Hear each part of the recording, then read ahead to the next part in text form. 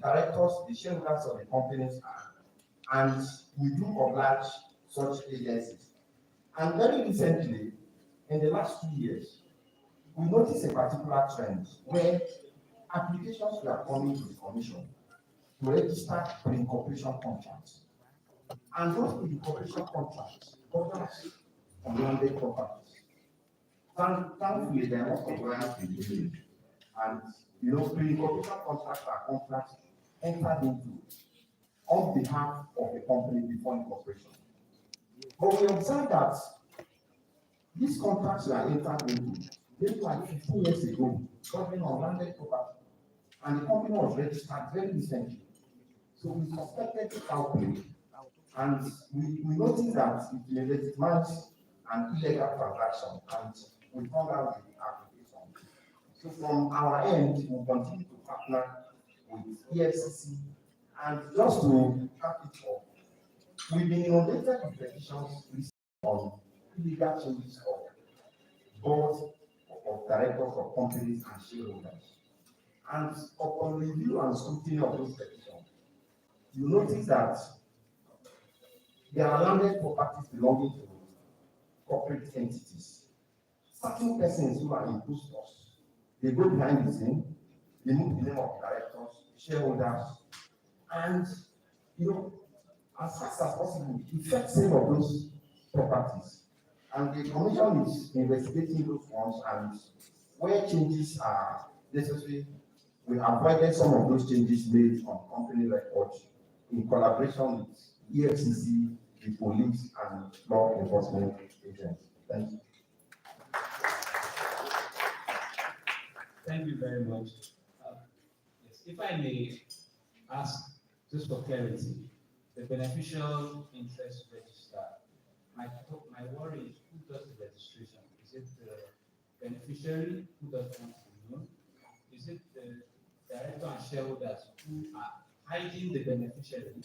Or is it CAC? If it's CAC, how does CAC know that that person is a beneficiary who is being hidden? Thank you very much. Our 2020 makes it obligatory for persons, individuals, who becoming aware that you are a beneficiary in the company, or you have a beneficial interest in the company. You must register with the commission within 7 days. And to ensure compliance, the CAMA 2020 imposes the financial penalties for non-compliance. And very recently, the commission has been going on sensitization and informing stakeholders on the necessity to register. And just by way of conclusion, the CAMA 2020 defines the beneficial owner as a person who has at least 5% shareholding in a particular company, or you have 5% voting rights, or you have the ability to remove majority of the directors of the company. So once you fall within these thresholds, the law recognizes you as a beneficial owner, and it is obligatory on the company and the beneficial owner himself to approach the commission for registration. Thank you very much. Let's take one more submission from. Yes, go ahead. Microphone, please.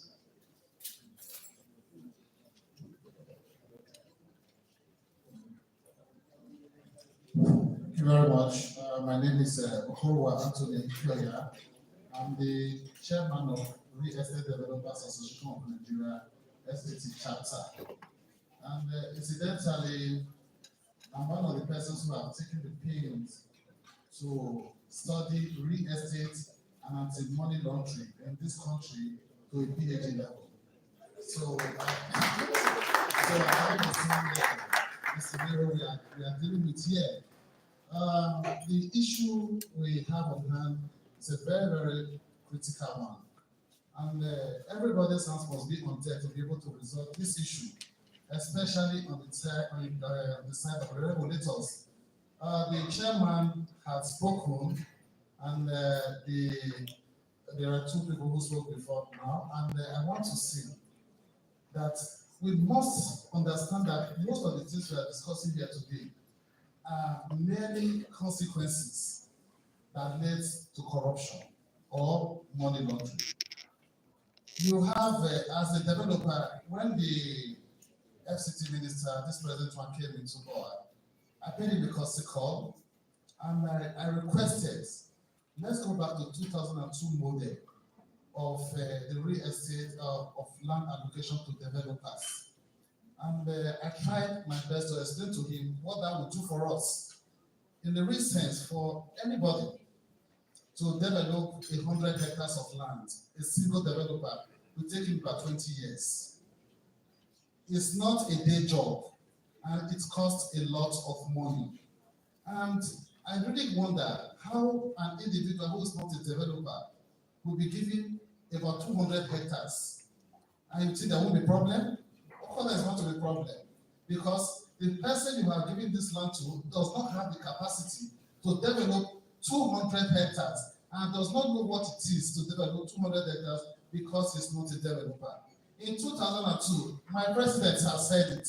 In 2002, when this whole thing started, I had the privilege of meeting with the former minister, Abagana, and asked him, how did you come about this real estate? Because it's actually the person who started this whole thing we are doing today. And I asked him, and he explained to me, look, all we need to do is to ensure that there's roof over everybody's head. Housing is a basic need of man. It is a compulsory thing that every man must have a roof over his head. And if we are able to do that, how are we going to do it? The government must play its part. You give land to people who do not have what it takes to develop a land, and a developer goes in turn to buy this land for billions of naira, and you want the common man to have a house, it's not possible. It's not going to work. And you ask the developer, where did you get the money to buy this land as into billions of naira? Of course, because he's doing business, he will collect money from somebody.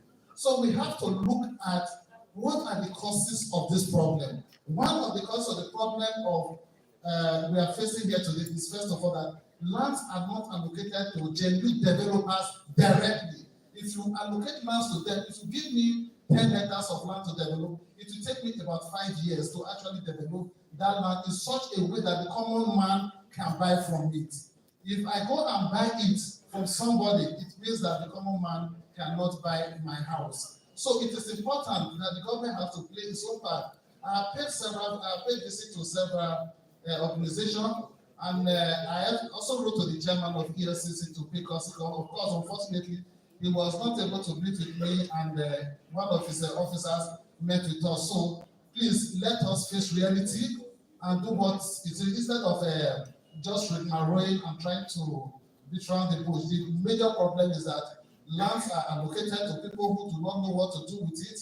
Monies are not available to developers, so they take money from whoever comes to them and they develop. And when that comes, it's the money coming from such angles are usually launder the money, because I do not understand why a house should cost 500 billion naira. I don't understand. It cannot happen. I don't understand why a house should cost 500 billion. It does not happen. It is all because these are money that are loaned. That is why you have houses costing billions of naira. How much does it take to build a house that should be selling a billion of naira? Thank you very much.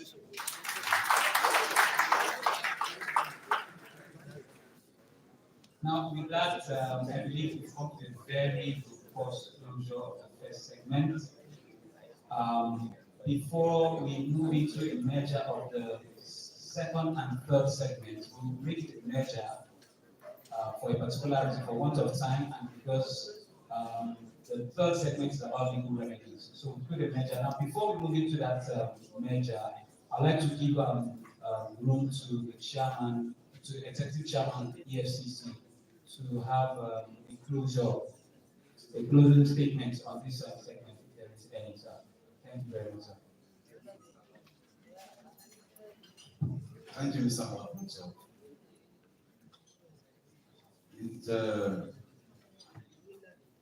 I cannot agree with you less. Some of the challenges we have put forward. If you follow me very well, you discover that on the first day I was being confirmed before the National Assembly. You can go back and watch the video. I said it specifically. I said the task I'm being given is a very clear one. You know, 1,000 EFCC will not be able to span the surface of anti-money if we still continue with this our cash-based economy. Look, an average civil servant has. So I'm not sure that any civil servant in Nigeria has worked for 50 years, doesn't have a house. Probably 9 out of 10 we have. And somebody lives in a house that costs an average of 500 million naira, thereabout, who provides water for himself, who provides light, who has generator and all of that stuff in his house, and he's a civil servant who's probably even on level 17, no more than 1 million naira in public service. And they are living in the house of 500 million all your life that you have worked for to buy the land. But you are living in the house. Nobody asks questions. And so this one thing we are going to take away from this engagement is that we can make things work in Nigeria. Let's agree on that first. Because an average Nigerian will tell you, "Look, this is not going to work." And then you just continue, no go work. Anything you see, continue with your life. No, we have to change that mentality. So all of us, we have to consider ourselves to pressure groups. I agree with you that we have to do something about this credit transactional system. We can't move forward. Look at country where things work. You buy your cars cash, you build your house, everything cash. Everything you do in Nigeria cash. You buy your suit cash. I mean, come on, we can't build an economy that way. We can't. I told them on the floor of the National Assembly. The elders have a proverb in my place. I said, you put a monkey inside a cage with ripe banana. And you stay outside, you stand outside the cage, with the cage padlocked, with cane in your hand. And you tell the monkey, look, if you eat that banana, I will kill you. Now the monkey knows that if he doesn't eat, he will die. And for you to even kill him, you must survive first. Yes. So the monkey will eat banana now. And wait for you to kill him. That's the exact situation I'm facing with a lot of people who are investigating and prosecuting. Some people will come, they will tell you, yes, they did it. Okay. Because I found that way to pay my children's school. There's no other way to survive. So I'm at your mercy now. So even you be targeted or you just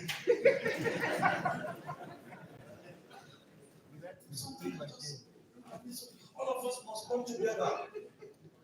I don't know how you can survive in mortgage business or real estate with more than 5% interest rate. And they are on a serious note. And developers must also understand this. You don't wait for government to do everything for you. Constitute yourself to a pressure group. Part of the things I encouraged when I got to office that our process of action should be applied to is credit score, this credit cooperation that has been established by government. And I told them, this money is process of pride. Don't give it out of more than one single digit. Because Nigerians have to benefit from it. So those are things that are beyond, that are outside your immediate control, that you must also consider yourself to drive home. We can't continue this way, and you think money laundering will stop. We can't. So if that is one thing you are going to take away from this agreement, make sure that you agree, all of you agree, also set a pressure group that drive it home with the government, let the government know, let super status, regulatory authorities, let them know. For this real estate business to grow, for you to survive, you must address the issue of interest rate. Rather,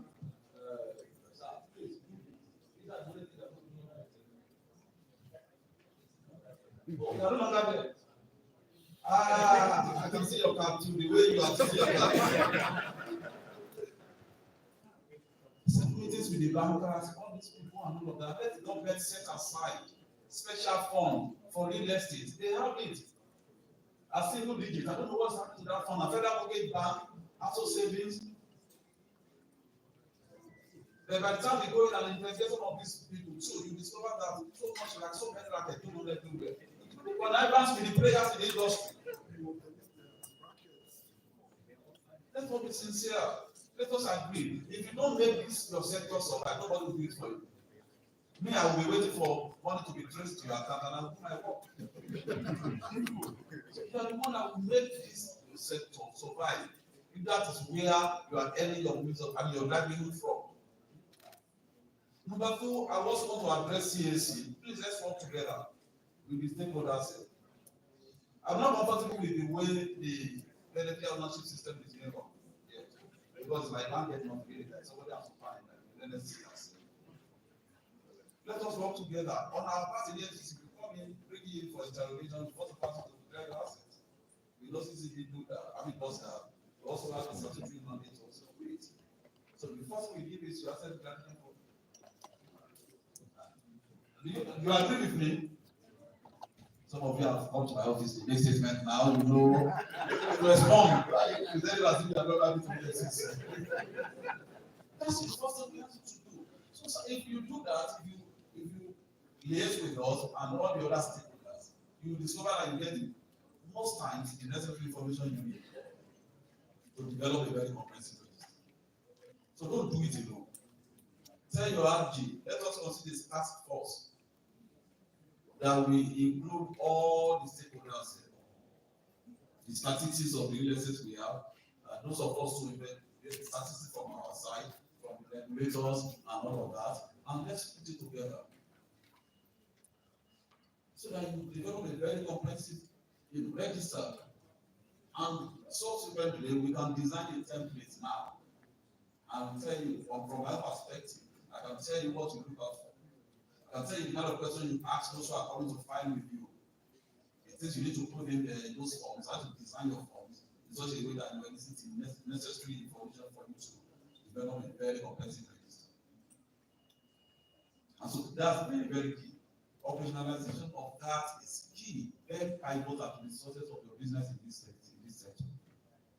So that at the end of the day, you look back and you discover that you have done things right. And if that is the only thing we can take away, like I said again, like I said before, I'm going to repeat again. Things can work in Nigeria, and I want you to believe that things can work. We can tighten this sector. Let's make this sector a model. A model. For those of you who are championing it, let's make it a model. People complain about banking industry in Nigeria. You know that there are banks that we have never had us to investigate. Just go into their records.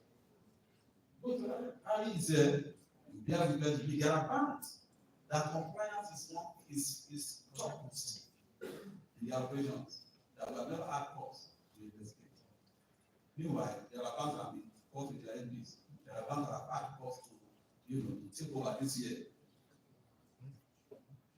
So we can do it right, then we can do things right. Foreign investors come here, they establish banks, and you go to their books and find clearly.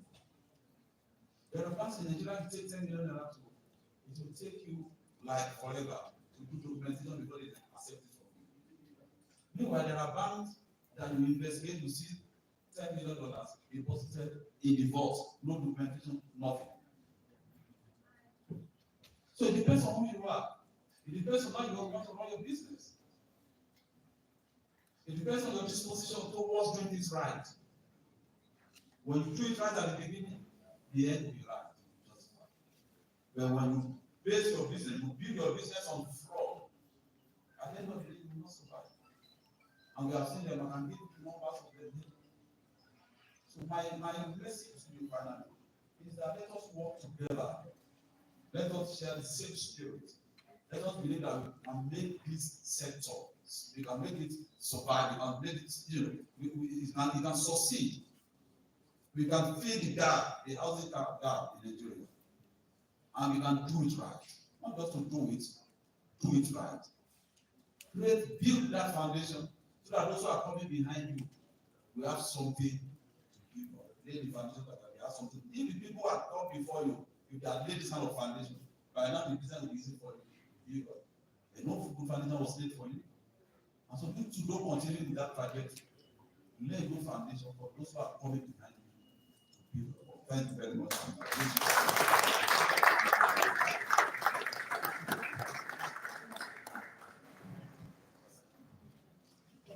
Yes, as the chairman takes his leave, please can we give him a round of applause? We also want to thank you to nominate someone to take over his seat from his office.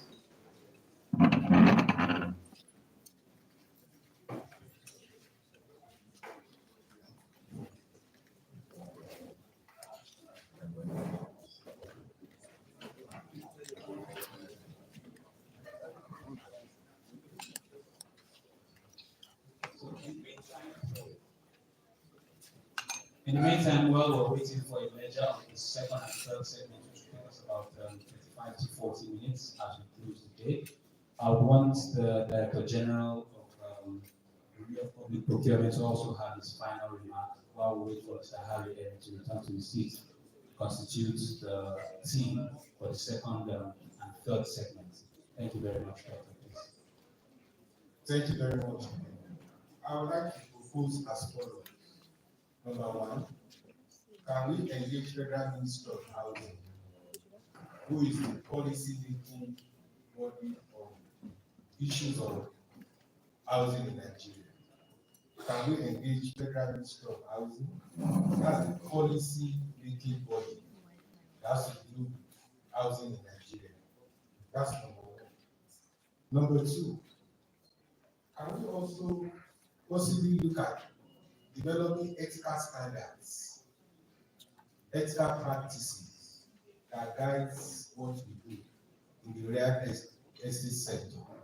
I mean, ethics. Once we come up with some framework, ethical framework, and everybody should sign to it. Everybody should sign to good governance and ethical practices. Number two. Number three, again, all the real estate practitioners also need to collaborate with Financial Reporting Council of Nigeria. Financial Reporting Council of Nigeria is an arm of government that can give you credibility in terms of your financial inclusiveness. If they clear you, it means anybody, wherever you go, within and outside Nigeria, can provide you with credits. Fourth is what I written here as, let's have a paradigm shift to use of technology.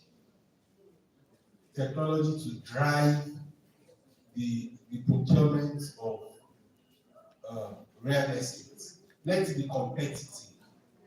You see, if we do I man no man or is my friend, we always have this crisis. So when we make it competitive, let's create an open, competitive bidding process that will enable us get not only value, actual people who are experts or professionals in that industry.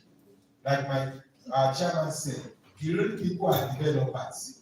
When their compliance certificate, so anybody who wants to do must show that they have real estate compliance certificates that makes them professional in that business. You can't be a doctor or you can't be in an hospital and you're a doctor without you having your practice license for you to be employed in a federal hospital.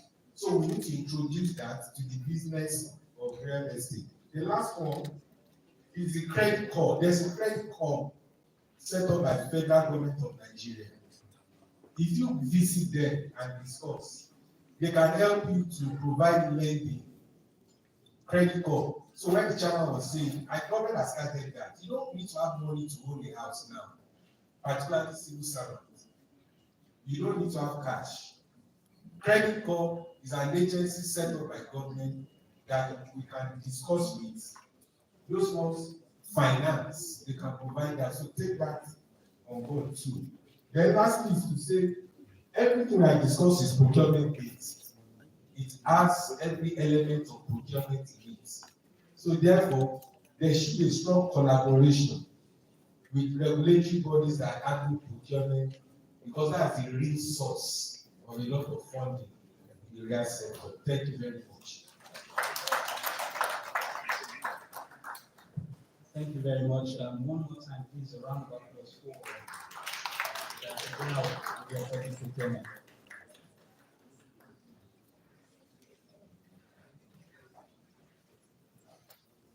DG, please, sorry Sorry before apologies for drawing you. Generally, all through your speech, you're talking about the issue of bidding, procurement process.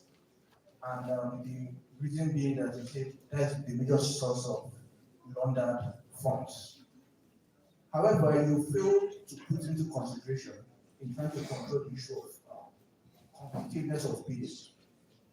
When you talk about procurement, basically there are two types of procurement: closed and open bidding. The major problem is the closed bidding.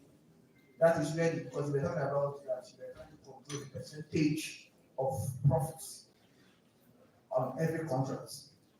When it comes to the issue of closed bidding, how do you control that? Where the source of bidding is only from one particular individual or one particular company. Just to respond to that, I acknowledge that over the years, in the last couple of years, what we have done, which is really not too good, is the fact that we have spent more time on closed or selective tendering. But since I came on board in the last 8.5 months, we have reduced from full 100% in the last 9 months, we have reduced it up to 40%. Now, if you go to Federal Tenders Journal today, a year ago, you only find 2 sheets. You can confirm that. Only 2 sheets, Federal Tenders Journal. Today is bulky. I mean, you can go now and get value for it. It has significantly dropped to by 40%. But that's not where we're heading to. Where we're heading to is that Nigeria should have trust in government that what they are saying they mean it in terms of procurement. So we want to get there, where you can competitively on your phone. In fact, that's where we're heading to. Electronic government procurement, where the bids and the pricing can be fair. It will reduce marginally the issue of over invoicing, over bidding contracts up. Then we can then come down. Finally, see, I'm a civil servant. I see trillions on my table every day. The people working with me live 20-30 kilometers from where they work. They have to pay transport. They have to housing, the cheapest housing for them. It's crazy. And they see billions coming through their table every single day. And the man has not paid school fees. He has not paid his rent. The landlord is calling. So what is the problem? He can't sleep because the landlord is going to ask him for money tomorrow. So again, we should be advocates of finding living wage. When you have a living wage, you'll be able to fund significantly your lifestyle. Irrespective, some people will still be calling. Even if you raise their salary, they still want to live in retirement. Now, go globally. Seriously, globally, but you have people who build houses. Not everybody that is concentrated based on your level of resources. There are houses that are built outskirts, and provisions are made. I think that's the paradigm shift we should look at. Having not concentrated everybody within its space. Let the resources, the housing, the water, the electricity be distributed everywhere. So that the same living standard someone is having in the central area, you can also acquire it in a place that is 20 kilometers away from his work environment. I think these are the salient things that will reduce the pressure on what we are discussing. Thank you.